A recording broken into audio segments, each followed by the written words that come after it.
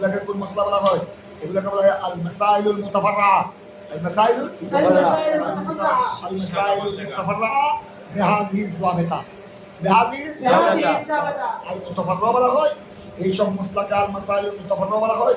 আল মাসাইলুল মুস্তাখরাজা বলা হয়। মুস্তাখরাজা যে মশলাগুলোকে কি করা হয়েছে? ইস্তেমবাদ করা হয়েছে। বের করা হয়েছে। বা আল মাসাইলুল মুস্তামবাতা এই এগুলো কয় না, এগুলো আল মাসাইলুল মুতাফাররা বলা হয়।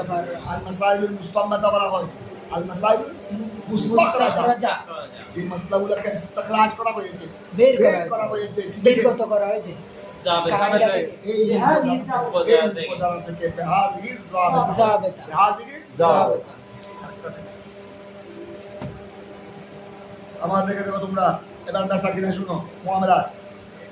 তোমরা টাইটেল পাস করে ডিগ্রি এমএ পাস করে অনেকেই তোমরা ব্যবসা বাণিজ্য লেগে যাবে। আমাদের অনেক ছাত্ররা বর্তমান বড় বড় ব্যবসায়ী, বর্তমান কর্মজীবীরা দেখলাম তোমরা এটা মনে হয় অনলাইনে দেখেছ। এই গত কয়েকদিন আগে গত শনিবারে জমহুরিয়া, ওই আনোয়ারা জমহুরিয়া কামেল মাদ্রাসা, ওখানে এটা প্রিন্সিপাল মোহাম্মদ আব্দুল খালেক শৌকি, ভালো মানুষ, আমাকে দাওয়াত করেছে। আবার সাবেক আরবি বিশ্ববিদ্যালয়ের ভিসি ডক্টর আব্দুল রশিদ শাহ ওনাকে দাওয়াত দিয়েছে। আর ওনার মাধ্যমে উনি কামেলটা পেয়েছেন, কামেল হাদিস পেয়েছেন। উনিও ভালো মানুষ, ডক্টর আব্দুল রশিদ সুন্নি, সৌসিনা থেকে কামেল। আবার উনি মাস্টার্স করেছে, ডক্টর ডিগ্রি নিয়েছে, সেই জন্য উনি ওই বিসিএস ক্যাডার। এই কারণে আপনার গত সরকার আমলে আপনার আরবি বিশ্ববিদ্যালয়ে কি ছিলেন? ইসলামী আরবি বিশ্ববিদ্যালয়ে কি ছিলেন? বিসি ছিলেন। কথা বুঝছো? ওই একজন বিসি আরেকজন হাসান হাবিব ছিল না, ইউনিভার্সিটি ওনার প্রতিনিধি ছিলেন। অন্তর্বর্তী সরকারগ্রস্ত ওই আন্দোলনকারী যারা আন্দোলন করে বিগত সরকারকে, আওয়ামী লীগ সরকারকে ভাগাই দিল, এরা আসার পর ওনার চাকরি চলে গেছে। উনি যেহেতু আওয়ামী লীগ আমলে কি আপনার বিসি হয়েছে, এখন উনি ওনাকে দর দিচ্ছে, ভালো ভালো মানুষ, এদিকে আমাকে দিচ্ছে, এদিকে সুমানিয়া আলিয়ার শেখুল হাদিস আশরফি সাহেবকে দর দিয়েছে। আবার সুমানি মাদ্রাসার ভাইস প্রিন্সিপাল মৌলানা জুলফিকার, উনার বাড়ি জানেন, উনি আবার ওই মাদ্রাসার প্রাক্তন ছাত্র, উনি ছিলেন। খুব সুন্দর প্রোগ্রাম হয়েছে, আকর্ষণীয়। ওখানে আবার গভর্নিং বডির সভাপতি আমার ছাত্র, গভর্নিং বডির সভাপতি জামিয়া থেকে কামেল পাস। উনি গভর্নিং বডির সভাপতি কেমনি হয়ে গেলেন? কারণ উনি এদিকে কামেল পাস, এদিকে ভালো ব্যবসায়ী। ওনার কাছে আপনার রডের ব্যবসা আছে, উনি ভালো ব্যবসা করে, আপনার এক্সপোর্টের ব্যবসা করে। একদম রডের যারা বড় বড় আছে না, রডের মিল, স্টিল মিল আর কি, স্টিল মিলের সাথে ওনার সম্পর্ক, কোটি কোটি টাকার লেনদেন। তো ওনার বাড়ি ওইখানে, একদিকে কামেল পাস, দুইদিকে উনি একজন বলো ব্যবসায়ী। এই জন্য গোড়া এলাকার সবাই ওনাকে গভর্নিং বডি কি বানিয়ে দিয়েছে,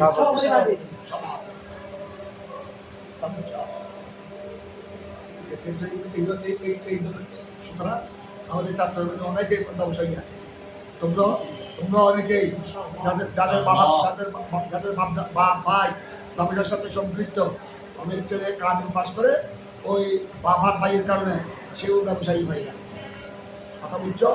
এখন মনে করো, এখন একটা ব্যবসা সম্পর্কে, একটা ব্যবসা কিনা সংক্রান্ত একটা মশলা ছিল, তোমরা জানো ভাই, কিতাবগুলি তোমরা পড়েছ? মামানাল ভাই লুগাতান ওয়া শারআন ওয়া কাম কিসবান লাহু, বেচা কিনা। মামানাল ভাই ওয়াল আশতারা, ভাই আশতারা বেচা কিনা কাকে বলে? অভিধানিক অর্থ, শরীয়তের পরিভাষায় বেচা কিনার অর্থ কি? ওয়া কাম কিসবান লাহু, বেচা কিনার কয় প্রকার? তোমরা পড়েছ হিদায়াত কিতাবগুলি, ওখানে পড়েছ, হাসিয়াত আছে বেচা কিনার প্রকার কিসের উপর? কৌকালি সিনি বেচা কিনা আকসাম প্রকার কিসের উপর? তোর মধ্যে একটি প্রকার হলো বাইয়া মুদারাবা। আল বাইউল মুদারাবা, বাইউল মুদারাবা বুঝো? জি। শিয়ারে বেচা কিনা, শিয়ারে লেনদেন, শিয়ারে বেচা কিনা, শিয়ারে বেচা কিনা। এটা পুরা ওয়ার্ল্ডের মধ্যে বর্তমান বড় বড় ব্যবসায়ী প্রায় শিয়ারে। আমাদের বাংলাদেশেও শিয়ারে ব্যবসার প্রচলন বেশি। মনে করে তোমরা দুজন আমি ভাইয়া মোদারবার এই মশলা দেখো ভাইয়া মোদারবার মশলা তোমরা দুজন বন্ধু ক্লাসমেট তোমরা আবার দুজন ফার্ম করার পর এদিকে কামের এদিকে মাস্টার্স পাস করার পর তোমরা দুজন সফল ব্যবসায়ী হয়ে গেল। ইমরানের কাছে একটু টাকা বেশি, সে বড় পুঁজি মালিক, তার কাছে টাকা একটু কম, কিন্তু ইমরানের থেকে ব্যবসা বাণিজ্য সম্পর্কে তার নাম কি? মাহাতাবের একটু ব্রেন বেশি। এখন কিন্তু টাকা পয়সার দিক দিয়ে মাহাতাব দুর্বল, ইমরান সবল। এখন মাহাতাব তারা দুজন বন্ধু, আবার বিশ্বস্ত বন্ধু, একজনের উপর বিশ্বাস আছে, তারা অনেক আগ থেকে একসাথে থাকে। মাহাতাব বললো ইমরানকে, বন্ধু তোর তো কোটি কোটি টাকা আছে ব্যাংকে, কোটি টাকা রেখে দিলে কি হবে? অলস টাকাগুলো রেখে দিলি ব্যাংকে জমা রাখলি। একটা কাজ করবি, তোর এক কোটি যদি তোর দিয়ে থাকে, তোর কিসমত আমার কিসমত হয়, এগুলো আমাকে দে, ব্যাংক থেকে আমাকে আপাতত 1 কোটি দে। আর এই 1 কোটি টাকা আমি কীভাবে ব্যবসা করি তুই দেয়? হ্যাঁ ইনশাল্লাহ, আমার কাছে টাকা নাই বলে আমি পাচ্ছি না। আমি তুই তোর 1 কোটি টাকা বলে, আমার কাছেও কিছু আছে, আমার কাছে কিছু তোর 1 কোটি আমাকে দে, আমি এগুলা এক্সপোর্ট ইনপুট আন্তর্জাতিকভাবে আমি ব্যবসা শুরু করি। তারপর দেখবি তুই, তবে আমাকে তোর সাথে আমার হিসাব করে 1 বছর পর চুক্তি হলো, তোর 1 কোটি টাকা আমাকে দে, তার মানে মূলধন তোর, ব্যবসা করবো আমি। এইটাকে বলা হয় বাইয়ে মোদার। বাইয়ে মোদারা মানে মূলধন একজনের, ব্যবসা করার একজনের, তবে এটা মূলধন তোমার ঠিক থাকবে। তবে এই 1 বছরে যা এখানে কি হলো, প্রফিট হলো, যেটাকে আরবিতে বলে রিবহুল, যেটা লভ্যাংশ আসবে, লভ্যাংশের মধ্যে দুজনের মধ্যে সমানে সমানে ভাগ হবে। হয়তো তুই এখন 1 কোটি ব্যাংকে ফেলে রাখছস, অলস, কি দরকার? আর ব্যাংকের যেগুলা ইন্টারেস্ট, এগুলো সুদ হবে, কি দরকার তুই সুদ খাবি? তুই একজন কামেল পাস বললাম, আর আমি হালাল ভাবে ব্যবসা করবো, তুই তো আমাকে চিনোস, আমি তো আর হারাম ব্যবসা করি না, আমাকে সম্বন্ধে তুই জানোস। আরে হালাল ব্যবসা করবো, তুই যদি কিসমত আল্লাহ থাকে, আমাদেরকে যদি আল্লাহ হেফাজত করে ভালোভাবে যদি ব্যবসা করতে পারি, তুই 1 কোটি 1 বছরে দেখবি তুই এতে কয়েক কোটির মালিক হয়ে যাবে। এমরানও তাকে চিনি, মা তার সঙ্গে এর সাথে লেখাপড়া করছে, ঠিক আছে তুই ভালো করুন। আমি তো বিশ্বস্ত মানুষ পাচ্ছি না, সেই জন্য দিচ্ছি না, কারণ দিলাম আমার টাকাগুলা আমও গেল, তুই যদি করবি বস, তুই ঠিকভাবে করবি। আর তুই করলে কুড়ি টাকা পড়লো না, তুই যদি করস, তোকে তো আমি চিনি, তোকে ছোট্টবেলা থেকে আমি চিনি, তোর প্রতি আমার বিশ্বাস আছে। তুই 1 কোটি টাকা তুই পারলে আমার থেকে 2 কোটি নিয়ে যাবি, তবে মূলধন হবে আমার, মূলধন হবে বেসিক আমার, আর ব্যবসা কিনা সংক্রান্ত যাবতীয় কাজ করবি তুই। কি যাবতীয় রাখবি? আমি ব্যবসা বেশি বুঝি না, আমি শুধু হিসাবের ছেলে, তুই করলে দিব, আর কাউকে দিব না। আমি অনেকজনকে দিয়েছি, আমার টাকা মেরে চলে গেছে। এখন তুমি ব্যবসা শুরু করো, কম বানা করে কি করে তোমাদের মশলা চলে আসলাম। তো যিনি মূলধন একজনের ব্যবসা পরিচালনা করবে, মূলধন হলো ইমরানের, ব্যবসা পরিচালনা করবে কে?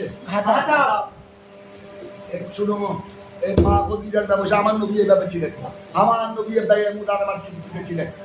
বিবাহের আগে, মা খদিজার সাথে বিবাহ করার আগে, যখন মা খদিজা হযরতুল কুবরা যখন আমার নবীর সম্পর্কে শুনলেন, কথা বুঝছো, আমার নবী তখন একদম পরিপূর্ণ নওজোয়ান, যখন শুনলেন কুরাইশের একজন যুবক, এতিম ছেলে, আব্দুল্লাহর ছেলে, আবু তালেবের ভাতিজা,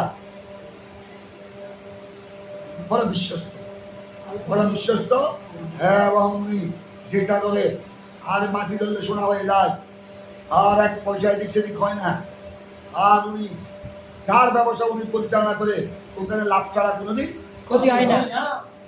খদিজাতুল কুবরার কথা শুনে আমার নবীকে খবর দিলেন। আবার বংশ দিক দিয়ে মিল আছে, খদিজাতুল কুবরাও কোরাইশ বংশের, আবার আমার নবীর বাপ চাচার সাথে সম্পর্ক আছে, পূর্বপুরুষের দিক দিয়ে মিল আছে। এখন আমার নবীকে ডাকলেন, আমার নবী ডাকলেন একদম নওজোয়ান, 20-22 বছরের নওজোয়ান। তারপর আমার নবীর চেহারাটা তখন কি রকম, আর মুখে চকচক করছে। আপনি কি আমার ব্যবসা পরিচালনা করতে পারবেন? মা হচ্ছে তখন আরবের মধ্যে মহিলাদের মধ্যে বড় ব্যবসায়ী, ওনার দাস আছে, দাসী আছে, আর ব্যবসা পরিচালনা করার ছেলে আছে। আমি যখন বিশ্বস্ত মানুষ তেমন পাচ্ছি না, আপনি যদি আমার ব্যবসা পরিচালনা করেন, আমার দাস আছে, ওদের সাথে আপনি আমার মালটাল নিয়ে যাবেন, মাল আমার, মূলধন আমার, আপনি শুধু ব্যবসা পরিচালনা করবেন, ভাইয়া মুদারাবা হিসেবে শেয়ার ভিত্তিক মূলধন আমার ঠিক থাকবে এবং আপনাকে কত পার্সেন্ট দিতে হবে এটা বলে আপনাকে আমি 3 ভাগের 1 ভাগ বা 2 ভাগের 1 ভাগ আপনি যতটুকু রাজি আমি এতটুকু দিতে রাজি আছি তবে আমি চাই আমার ব্যবসাটা কি হোক সুন্দরভাবে পরিচালিত হোক আমার ঠিক আছে আপনি একবার আমাকে দিয়ে দেখেন এখন আমার নবী তিনি আমার নবীকে এবার সমস্ত আমার নবী তো এটি আমার নবী তো বাবা নাই আমার নবী চাষা আবু তালেবের কাছে তেমন পয়সা করি নাই দাদা আব্দুল মুত্তালিব অনেক আগে চলে গেছে ইন্তেকাল করেছেন এখন আমার নবী বললেন আমার কাছে টাকা পয়সা নাই আমি একটু শ্রম দিতে পারবো অর্থাৎ দুজন একজনের শ্রম এখন ওনার গোলামের সাথে মা খদিজার তখন দাসী প্রথা ছিল ওনার দাসের সাথে ওনার দাস গোলামও বড় বিশ্বস্ত ছিল ওনার সাথে নিয়ে মা খদিজার মাল অনেক আরো মানুষজন নিল তার তখন আপনার মক্কার সাথে সিরিয়ার সাথে ব্যবসার লেনদেন তখন মক্কার সাথে বর্তমান যেরকম আমাদের বাংলাদেশের সাথে যারা আন্তর্জাতিকভাবে ব্যবসা করে যারা আমেরিকা লন্ডন হংকং সিঙ্গাপুর কথা বুঝছো তখন কিন্তু 1400 বছর আগে মক্কার ব্যবসায়ীর সাথে লেনদেন ছিল কোথায় এখন মা খদিজার মাল দৌল নিয়ে মা খদিজার তো বিরাট তখন ব্যবসায়ী ওনার গোড়া মক্কায় তার এক চত্র না ব্যবসার মধ্যে তিনি অনেক বড় সুনাম অর্জন করেছে আর মহিলা উনি আবেদা সালাহা কুরাইশের মধ্যে অদ্বিতীয় মহিলা এখন আমার নবীকে পাঠান এখন আমার নবী আল্লাহর মেহরবানি ব্যবসা করে আসলেন 1 মাস পরে বা 2 মাস পরে কয়েক ডবল লাভ বেশি হল উনি তো ব্যবসায়ী নতুন উনি তো পুরাতন ব্যবসায়ী উনি আশ্চর্য হয়ে গেল আমি আমার জীবনেও তো এত লাভ দেখি না আমার জীবনে তো আমি ব্যবসা করতে কাজ করে নতুন নয় আমার পূর্বপুরুষ ব্যবসায়ী আমিও ব্যবসায়ী কিন্তু এই লাভ তো আমি জীবনে দেখি তো নাই কল্পনাও তো করতে পারি না আবার ওনার ওই দাসটির সাথে ছিল আমার নদীর সাথে যিনি শিয়ে গেছেন দাস এসে বললেন মাহুকে আয় মুনিরা আরে যাকে আপনি পাঠিয়েছেন আমি ওনার অনেক কিছু দেখেছি এইরকম সব ব্যক্তি আপনি ওনার সময় যা শুনেছেন এটা শুধু সত্য নয় 16 আনা থেকে 32 আনা সত্য উনি আপনার মাল আমি তো আপনার মাল নিয়ে অনেক ব্যবসায়ীর সাথে গেছি আপনার পার্টনারের সাথে গিয়েছি কিন্তু এরকম একটা পয়সাই দিচ্ছে নি একটা পয়সা সব হিসাব আমাকে নিয়ে প্রত্যেক দিন কত ব্যবসা হয়েছে এখানে আপনার যারা শ্রমিক তাদেরকে কি বেতন দিয়েছে প্রত্যেকটা ফাইল হিসাব আমার জীবনে আমি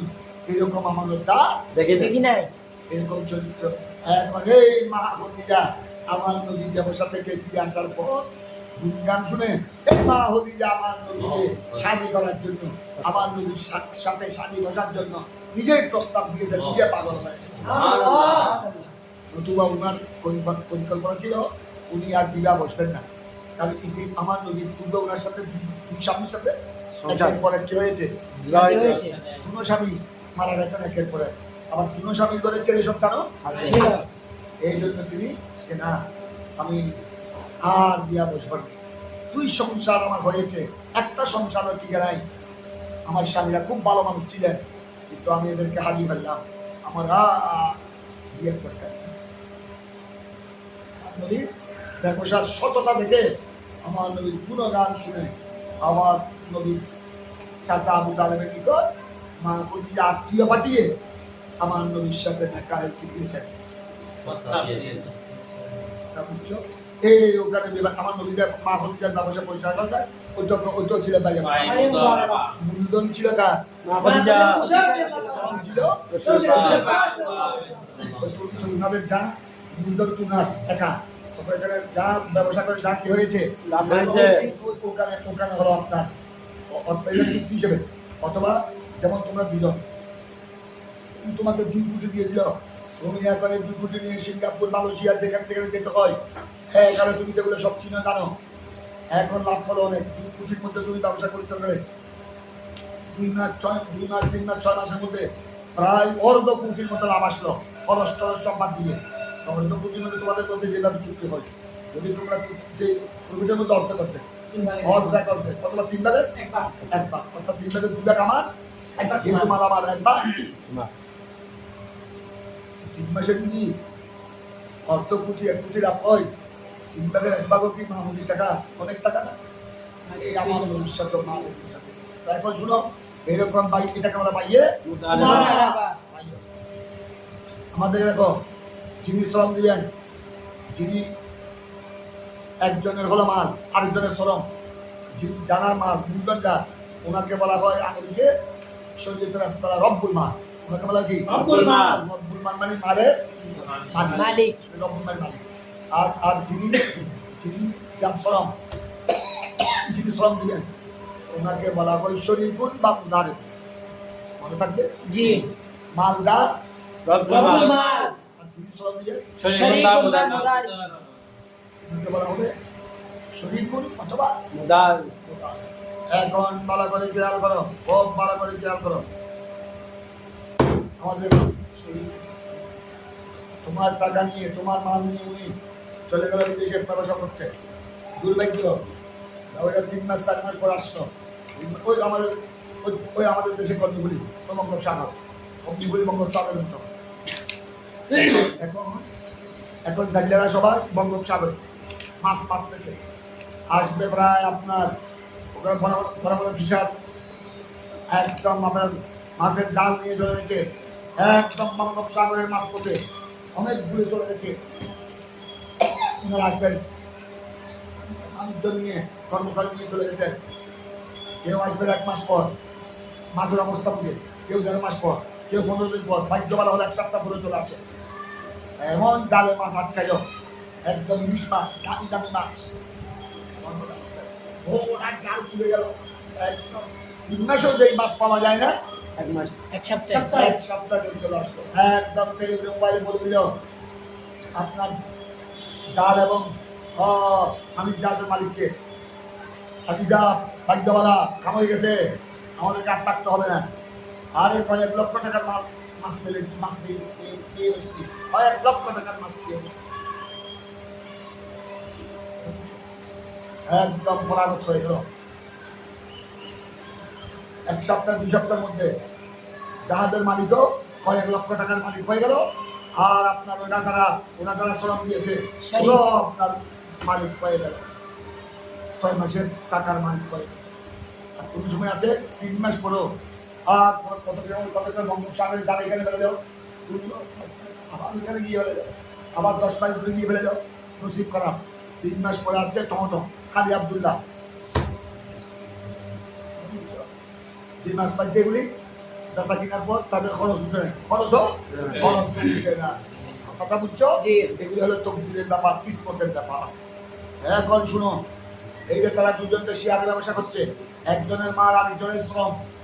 এখন উনি আসার পর এই মাতা, উনি তো শ্রম দিয়েছে, উনি তো টাকা দিয়েছে, উনি তো আর ব্যবসা পরিচালনা করতে যায়নি। এখন উনি 2 মাস পর 1 মাস পর চলে আসলো শিকাপুর থেকে। আসার পর উনি বলল শরীফ মানে মুদারেব বলল নসিব খারাপ, তোমার থেকে টাকা নিয়ে গেলাম, আরে কোনো প্রকারে দোয়া করো, তোমার কিসমত পালা, কোনো প্রকারের মূলধনটা ঠিক রেখেছি, কিন্তু কোনো প্রফিট হয় নাই। তোমার মালটা তোমাকে ফেরত দিতে পারবো, কিন্তু কোনো ফায়দা হয় নাই। ভালো করে খেয়াল করো। কিন্তু রব্বুল মাল বলছে, রব্বুল মাল উনি এমন বলছে, তুই আমার সাথে মিথ্যা কথা বলছিস, আমি তোকে সরল প্রাণে বিশ্বাস করলাম, তুই 1 কোটি চেয়েছিলেন, 2 কোটি দিয়ে দিলাম। তুই অন্তত আমি শুনছি, আমি টেলিফোনে আরও আমার বন্ধু বান্ধব থেকে জিজ্ঞাসা করছি, তুই নাকি আমার টাকা দিয়ে 50 লক্ষ টাকা ইনকাম করছ, তুই আমাকে 1 পয়সা না দেওয়ার জন্য তুই কী করতেছ? বাহানা করতেছ, মিথ্যা বলছ। মুদারেব শরীফ বলছে লাভ হয় নাই, আর রব্বুল মাল বলছে লাভ হয়েছে। এখন কার কোলে তোমার হবে? এবার তোমরা ওই দাবেতা, ওই উপধারা হিসেবে বলো আলাসুল আদম। না শরীকের মুদারি। শরীকের কোনটাকে আদমের পক্ষে, আলাস্তু আদম। আর সে দাবি করেছে কি প্রবীণ হয় নাই, প্রবীণ হয় নাই, রিগুণ হয় নাই, তো হয় নাই এটা কি আদম। সুতরাং কাল কোলে তোমার হবে শরীক বা মুদারিবের। দেখো মানে কিছু না, এই জাবেতার ফুরুয়াতের মধ্যে, এই জাবেতার ফুরুয়াতের মধ্যে আরেকটা ফরা, আরেকটা শাখা। আর কৌলি শরীক আর মুদারেব, শরীক আর মুদারেবের হবে শরীক মানে মুদারেব, মুদার মানে শরীক। ওই যিনি শ্রম দেন, যিনি বেচা কেনার মধ্যে কি দেন, শ্রম দেন, ওনার কৌল এতবার হবে। উনি কি বলেছেন? ইন্নাহু লাম ইয়ারবা লাম ইয়ারবা। তুমি ব্যবসা পরিচালনা করে আসার পর বললেন ইন্নাহু লাম ভাই ইয়ারবা। লাম ইয়ারবা ফি হাযাল ভাই এই বেচা কিনার মধ্যে কি হয় লাভ হয় নাই। লাভ হয় নাই। আর রব্বুল মাল বলছেন যার টাকা উনি বলছেন কি হয়েছে লাভ হয়েছে। লাভ হয়েছে মানে কাল বলতে তোমার হবে শরীক। কেন বিআন্নাল আসলা আল আসলুল আদামু বিআন্নাল আসলা আদমু কারণ আসল হলো লাভ না হওয়া তো এটা যেহেতু শরীকের গোল তারপর তোমরা প্রশ্ন করতে পারো যে হুজুর যদি শরীক আর মুদার যদি মিথ্যা বলে ওনাকে লাভ না দেওয়ার জন্য তখন মিথ্যা বললে এটা ওয়া বাইনাল না মিনাল কাবাইর আল কিসবু মিথ্যা কথা বলা এটা আপনার কি কিন্তু এখানে সে একদম যদি সে মিথ্যা বলে লাভ প্রমাণ বলে যদি কিনা বলে লাভ লাভ হয় নাই বলে লাভ হয়েছে লাভ প্রমাণ বলে যদি বলে লাভ হয় নাই। ওই রব্বুল মালকে ওই টাকার মালিককে কিনা দেওয়ার কারণে কিনা দেওয়ার জন্য প্রফিট না কিনা দেওয়ার জন্য। তখন আপনার একদিকে সে কয়েকটা গুণা আমাদের তো কয়েকটা গুণার সে আপনার বাকি হবে একটা হলো মিথ্যা কথা বললো জেনে শুনে মিথ্যা কথা বললো গুণায় কবিরা এক ভয়ে গুণায় কবিরা আরেকটা গুণার হক রব্বুল মাল কি করে তার হক কি করলো নষ্ট হলো। এই আরেকজনের হক নষ্ট করলো ওই হক তার কাছে থেকে যাবে কারণ ওনার যখন আর যখন ওনার হক প্রমিটের মধ্যে হক আছে না নাই আছে।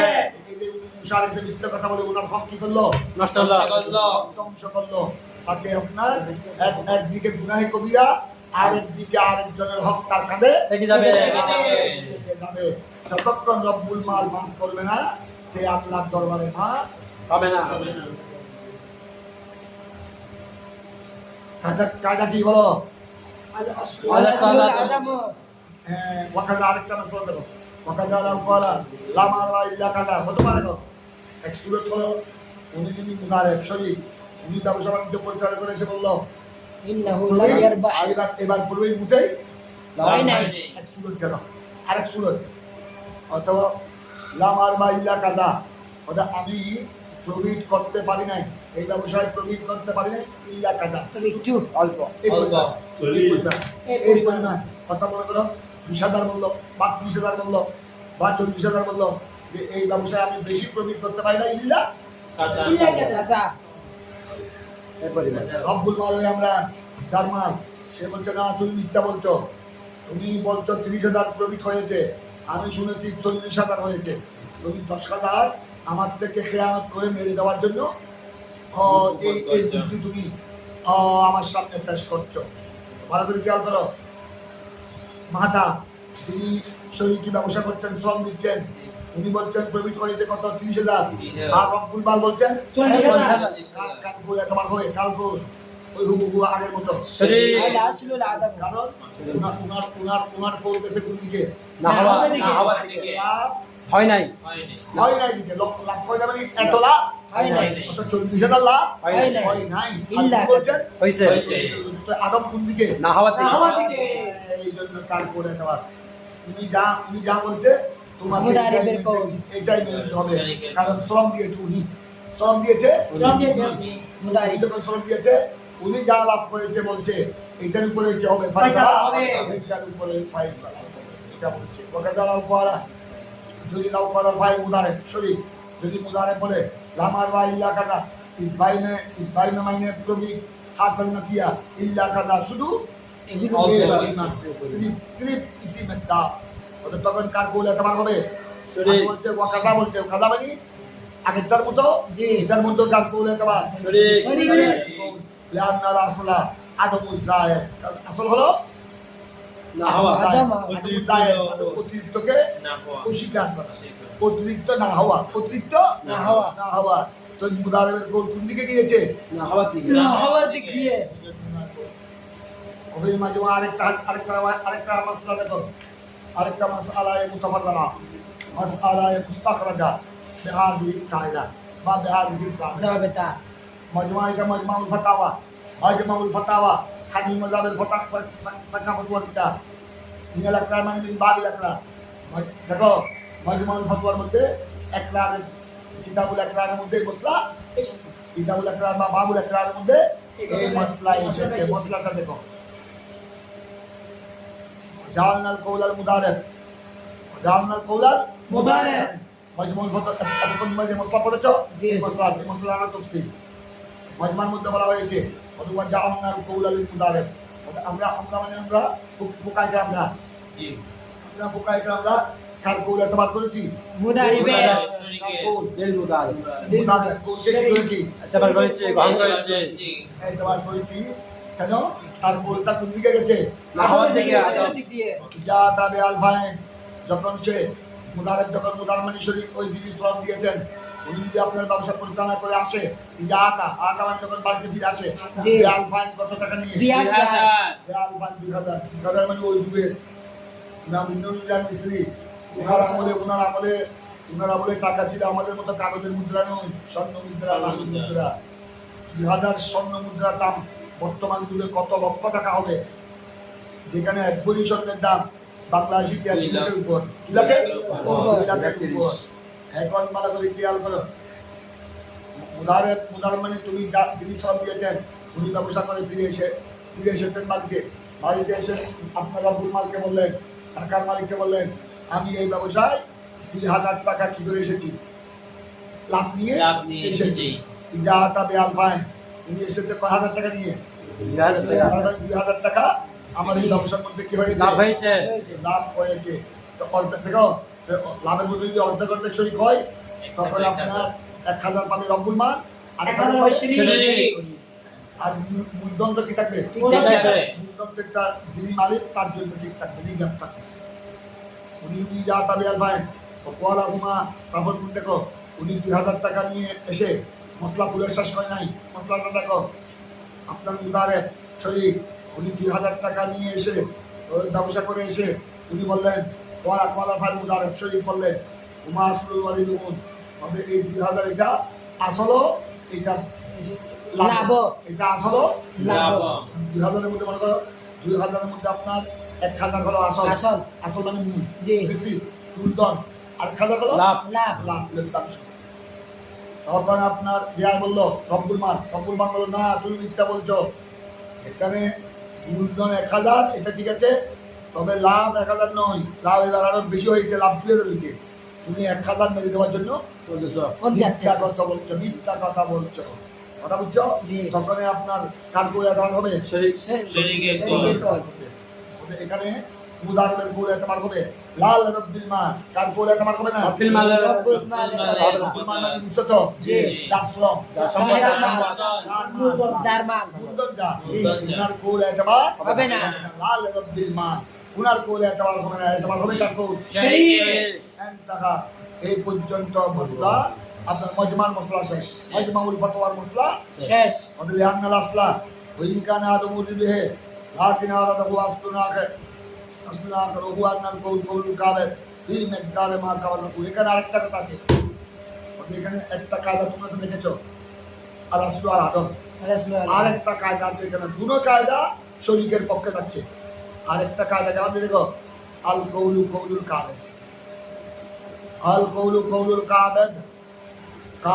কাবেদুল ইসলাফায়েল কব্জ করনেওয়ালা আমাদের তো অর্থাৎ টাকা যার হাতে উনি আমাদের এমনান যদিও টাকার মালিক উনি রব্বুল মাল 2 কোটি টাকার মালিক উনি কিন্তু উনি টাকাটা ব্যবসার জন্য দিয়েছেন কাকে এখন টাকাগুলো কার হাতে কার কব্জায় আছে মাহাতাবের এই মাহাতাব হলো কাবেজ উনি হলেন রব্বুল মাল আর এই মাল এখন কার কব্জা আছে ওই যিনি শ্রম দিচ্ছেন কথা বলছেন উনি তো বিশ্বাস করে এটা ওনাকে দিয়ে দিচ্ছেন ধরা ভাই এই 2 কোটি টাকা তুলিয়া এটা আমি তোর হাতে দিয়ে দিলাম অর্থাৎ টাকা যার হাতে তাকে বলা হয় কথা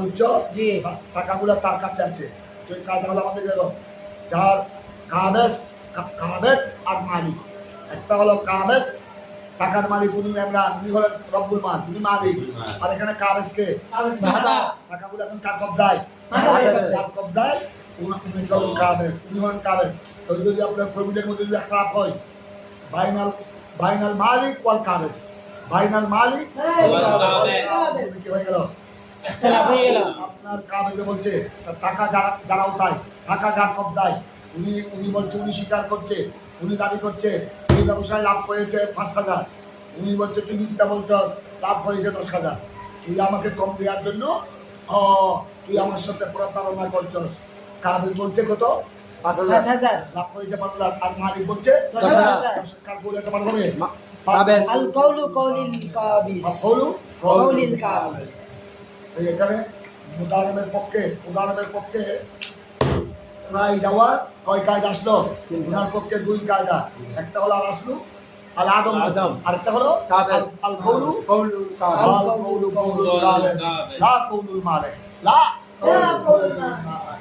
কথা বুঝছো? জি। মালিক আর কাবেজের মধ্যে যদি কি হয়? ইখতিলাফ হয়। মালিক আর কাবেজের কৌলের মধ্যে যদি ইখতিলাফ হয়। ইখতিলাফ হয়, তখন কাল করে তোমার হবে। কাবিসের কাউলু কাউলিল কাবিস আমাদের মসলা বুঝাচ্ছে জি। গেলে এখন আরেকটা দেখো 404 নম্বর দেখো, এগুলি সব ওই কায়দা। ওই দেখো আবার তোমরা এই আসবা পড়তে হয়, এই জন্য আসবার ফোন না বলতা, এটা যদি ভালো করে পড়েও তোমরা বর্তমান যুগের একজন মজবুত শক্ত ফকি হয়ে যাবে। আমি তোমাদেরকে ইমাম আবু ইউসুফের মতো ফকি বলছি না, ইমাম মুহাম্মাদের মতো ফকি হতে পারবে এটা বলছি না, কিন্তু এই যুগে এই যুগের জন্য তোমরা একজন কি হয়ে যাবে? মজবুত দক্ষ ফকি হয়ে যাবে যদি আসবার ফোন না বলতা ভালো করে ভালো করে দেখো। এক একটা কায়দা, এক একটা উদাহরণ, এক একটা ধারণা থেকে কত মশলা বের হচ্ছে, কত মশলা। কতটা বুঝেছো তোমরা? জি এই দেখো একটা মশলা 404 নম্বর দেখো, জি ওলা বিদ্যাতাল মারাতু আন নাফকা আলা জৌজ বাদা ফরতাকা আদাল উসুল ইলাইহা ওয়া আনকারা হাল কুল্লা। দেখো এখন স্বামী স্ত্রী বিবাহ হয়েছে, ভালো করে খেয়াল করো। আমাদের দেখো বর্তমান যেমন তোমার আত্মীয়দের মধ্যে আমার আত্মীয়দের মধ্যে আছে, বর্তমান যেমন নাই, একটু প্রবাসী বেশি।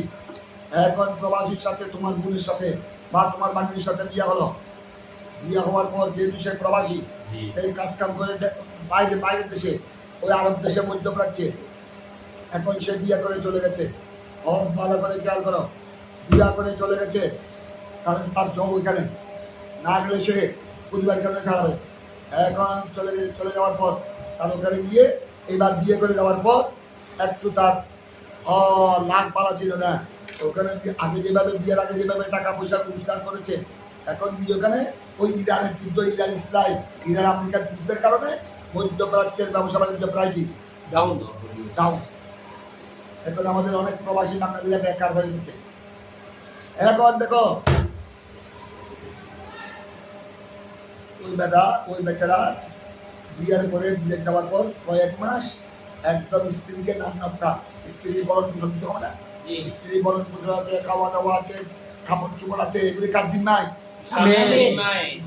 বেচারা বিয়ে করে বিদেশ যাওয়ার পর 6 মাস পর্যন্ত ঠিকভাবে স্ত্রীকে বরণ পোষণ দিয়েছে, কিন্তু 6 মাস পর তার রুজি রোজগার একদম কি হয়ে গেছে, ডাউন হয়ে গেছে ডাউন হয়ে গেছে।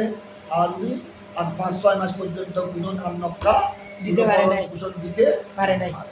ভালো করে খেয়াল করো। তো ওই বেচারি উপাস কতদিন থাকবে? এখন আবার ওই বিদেশি ওই প্রবাসী, তার বাবার অবস্থা তেমন ভালো, অথবা বাবা নাই, অথবা বাবা থাকলেও বাবার আর্থিক অবস্থা ভালো না। খুবই খারাপ। আর উনি তো প্রবাসী, ওনার পাইকাই যারা দেশে আছে এগুলো দেখে না, ভালো করে ফিরও দেখে না। এখন ওই বেচারি বাপের বাড়ির থেকে এনে টেনে কয়েক মাস চলল, কিন্তু মেয়ের বাবার অবস্থা তেমন সুন্দর বা সন্তোষজনক নয়।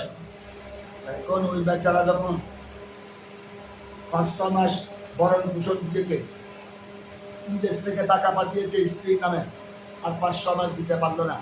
এই বেচারি আজ যখন সহ্য করতে পারছেন, উনি কতদিন বসে থাকবে, বসে হাসে অস্থির হয়ে গেল। দিল উকিল নোটিশ, ওখানে করে গিয়ে তার বিরুদ্ধে মামলা করে দিল, নালিশ করে দিল যে আমার স্বামী ফোন না, তার তো কোনো ডকুমেন্ট সব দিল, ওর সাথে আমার বিয়ে হয়েছে, ও বিবাহ এতদিন পর বিদেশ চলে গেছে, বিদেশ চলে যাওয়ার পরে এতদিন আমাকে বরণ পোষণ দিয়েছে, কিন্তু আজ এই তারিখ থেকে বিগত 6 মাস পর্যন্ত আমার কোনো বরণ পোষণ নফকা দেয় নাই। আমি বড় অসহায় অবস্থায় আছি।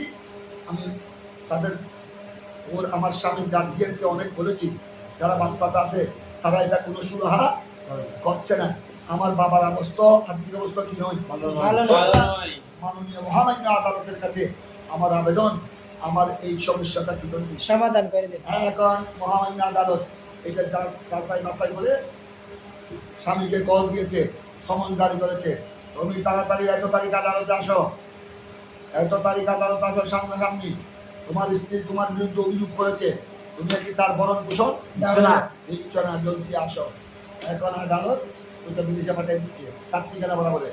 এখন ওই বেচারা, কারণ যদি ঠিকভাবে যদি আপনার সমন জারি করার পর যদি হাজির না হয়, তখন ওয়ারেন্ট জারি হয়ে যায়। জি। কি জারি হয়ে যায়? ওয়ারেন্ট জারি হয়ে যায়। তখন তাকে গ্রেফতার করতে পারবে। এখন ওই বেচারা ভয়ে বিভিন্ন প্রকারের কঞ্চ করে লুট নিয়ে বন্ধু বান্ধব থেকে চলে আসলো বাংলাদেশে। আসার পর তারই মধ্যে উড়ে কি হলো? হাজির হলো। এখন ঘুরে দুনো ব্যক্তির কথা শুনে, এক পক্ষের কথা শুনে তার আনতে পারবে না। জি। স্বামী স্ত্রী দুজনের কথা বলে, আবার স্বামীর কথা শুনে আদালত বুঝতে পেরেছে সে এখন কি অবস্থা আছে, কষ্টের মধ্যে আছে। তারপরে আদালত একটা কার্যকর দিল, ঠিক আছে তোমার যখন এখন অবস্থা শোচনীয়, মধ্যপ্রাচ্যের যুদ্ধের কারণে ব্যবসা বাণিজ্য কি ডাউন ডাউন। তুমি আপাতত, তুমি যদি তোমার স্ত্রী একজন, তুমিও না খেয়ে কদিন থাকতে পারবে, বাতাসকেই তার জীবন যাপন করতে পারবে না। তুমি আপাতত যেভাবে কর্য করে এসেছো, এভাবে কর্য করে হোক, যে কোনো প্রকারে হোক, তুমি মাসে ওনাকে 5,000 টাকা বরণ পোষণ দিলাম। জি। আদালত কি করে দিল? তাই করে দিল। যা হয়ে গেছে, তা একজনকে ছেড়ে দাও। এই মাস থেকে, এই হলো জুন মাস থেকে তুমি দেশে থাকো বিদেশ থাকো, যে কোনো প্রকারে কর্যলাভ করে হলেও 5,000 করে দিতে হবে। ওনার 5,000 টাকা, যেহেতু তোমার স্ত্রীর ভরণ পোষণের দায়িত্ব তোমার ঘর। কিন্তু হাতে নাও। ঠিক আছে, উনি মেনে নিল আদালত মেনে নিল। এবার আর ওয়ারেন্ট হবে না। ভালো করে খেয়াল করো, ভালো করে খেয়াল করো। এখন এবার এই বেচারা দেশে থাকলো বা বিদেশ চলে গেল, কিন্তু আবার কয়েক মাস পরে জামিন হলো। আবার কয়েক মাস পরে এখন ওই স্ত্রী বেচারার তো আর্থিক অবস্থা শোচনীয়, ভালোভাবে ভরণ পোষণ দিচ্ছেন না, আবার দিল অভিযোগ। আবার আদালত দুজনকে ডাকলো। ডাকার পর সামনাসামনি হলো। স্ত্রী বলল, মহামান্য আদালত, আপনারা যে ফয়সালা দিয়েছেন বিগত তারিখে, ওই মোতাবেক আমার স্বামী মাত্র 1 মাস 5,000 টাকা আমাকে পৌঁছিয়েছে। এই পর্যন্ত আজ 4 মাস আমার কোনো ভরণ পোষণ একটা পয়সা দেয় নাই। দেয় না। স্ত্রী দাবি করলো নফকা 1 মাস দিছে। আদায় করে নাই, জি। এই পর্যন্ত দেয় নাই। আদায় করে। আর স্বামী দাবি করলো, মহামান্য আদালত, সে ভুল বলছে, আমার স্ত্রী মিথ্যা বলছে। আপনি আদালতে গত এত মাস আগে যে ফয়সলা দিয়েছেন, আমি ফয়সলা অক্ষরে মেনে নিচ্ছি। আমি দাঁড় কষ্ট করে হলো প্রত্যেক মাসে 1 তারিখের মধ্যে তার কাছে টাকা দিয়েছে একজন স্ত্রী বলছে আমাকে 1 মাসে দেন নফকা কি করে নাই, দেয় নাই দেয় নাই। উনি বলছে দিছে দিয়েছে। এখন আদালত কাটটা গ্রহণ করবে। আল কওলু কওলু হা। আল কওলু কেন? আল আসলুল আদামু। আল আসলু আদামু। উনি কার কওল আদমের পক্ষে? স্ত্রীর কথা। দেখো এখন মশলাটা দেখো, ওলা উইদ্যা এই মশলাগুলো তোমরা কয়েকটা বুঝলে, আরগুলো তোমরা নিজে হল করতে পারবে। হল করতে পারবে। আমি সেই জন্য কয়েকটা মশলা তোমাদেরকে হল করে দিলাম। লাউ ইদ্দাতিল মারাতু, মারাত মানে বিধি। স্ত্রী দাবি করলো আর নফকাতা আলা জোস, যে আমার নফকা মানে উচ্চ জি, ভরণ পোষণ, খরচ। স্ত্রী আদালতে দাবি করলো আমার ভরণ পোষণ কার জিম্মায়, আলা জোস, আলে যাওজ। স্বামীর জিম্মায়। বা নাফর দেখা, যেহেতু এটা আদালত কি করে দিয়েছে, ফরজ মানে নির্ধারণ, এটা আদালত কি করে দিয়েছে, নির্ধারণ আদালত নির্ধারণ করে দিয়েছে। তুমি তোমার স্ত্রীকে প্রত্যেক মাসে এত টাকা করে কি দিবা, ভরণ পোষণ দিবে, নাফকা দিবে। বাবদ কত দিবা, 5,000 করে দিবা। হ্যাঁ, কিন্তু ফাদ্দা উসুল ইলাইহা, ফাদ্দা উসুল ইলাইহা স্বামী দাবি করলো, ফাদ্দা মানে দাবি করা, স্বামী দাবি করলো আল উসুল ইলাইহা, তার কাছে মানে ভরণ পোষণ এটা পাঠাইছে। ওই আদালতের রায়ের পর থেকে আমি তার কাছে আমি নফকা পৌঁছেছি। জি, উসুল মানে পৌঁছানো। আর হইবা কি বলা, তুই তো তোর হক উসুল বুঝুনি, উসুল এই উসুল এটা আরবি শব্দ। জি। এটা ওয়াও সোয়াদ ওয়াও লাম, উসুল। উসুল মানে পৌঁছা, হস্তগত হওয়া, হস্তগত করা। এখন স্বামী দাবি করলো আমি ভরণ পোষণ আমার স্ত্রীর নিকট পৌঁছিয়েছি। ওয়ান করার, আর স্ত্রী এটাকে কি অস্বীকার করতেছে। স্ত্রী অস্বীকার করছে। কার কৌল এতবার হবে?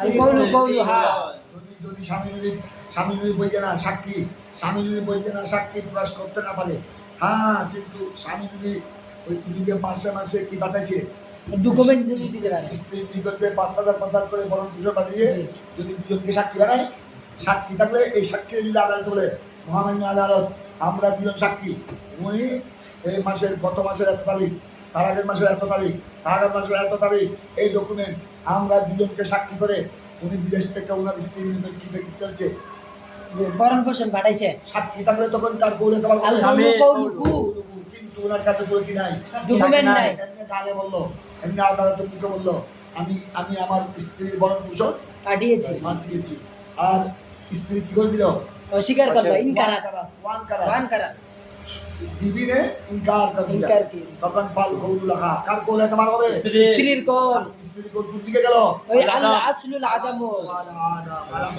আল্লাহ আদম দাইন জান করা উসুল দাইন ওই দাইনের মতো কর্জের মতো জি কর্জের এই মশলা একটা দেখো, একটা হলো কর্জ দাতা, আরেকটা হলো কর্জ গ্রহীতা, জি একটা কর্জ দাতা দাতা, আরেকটা হচ্ছে গয়দা কর্জ রহিতা গ্রহীতা।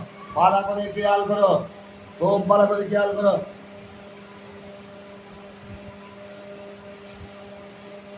এদিকে দেখো, আমাদিকে দেখো, কর্জদাতা বলছে, আদালতে নালিশ করছে কর্জ গ্রহীতার বিরুদ্ধে যে মহামান্য আদালত সে আমার থেকে কর্জ নিয়েছে আজকাল 6 বছর আগে বা 5 বছর আগে বা 1 বছর আগে 10,000 টাকা, এখনো আমাকে হচ্ছে দেয় না এখনো আমাকে দেয় নাই। ভালো করে খেয়াল করো।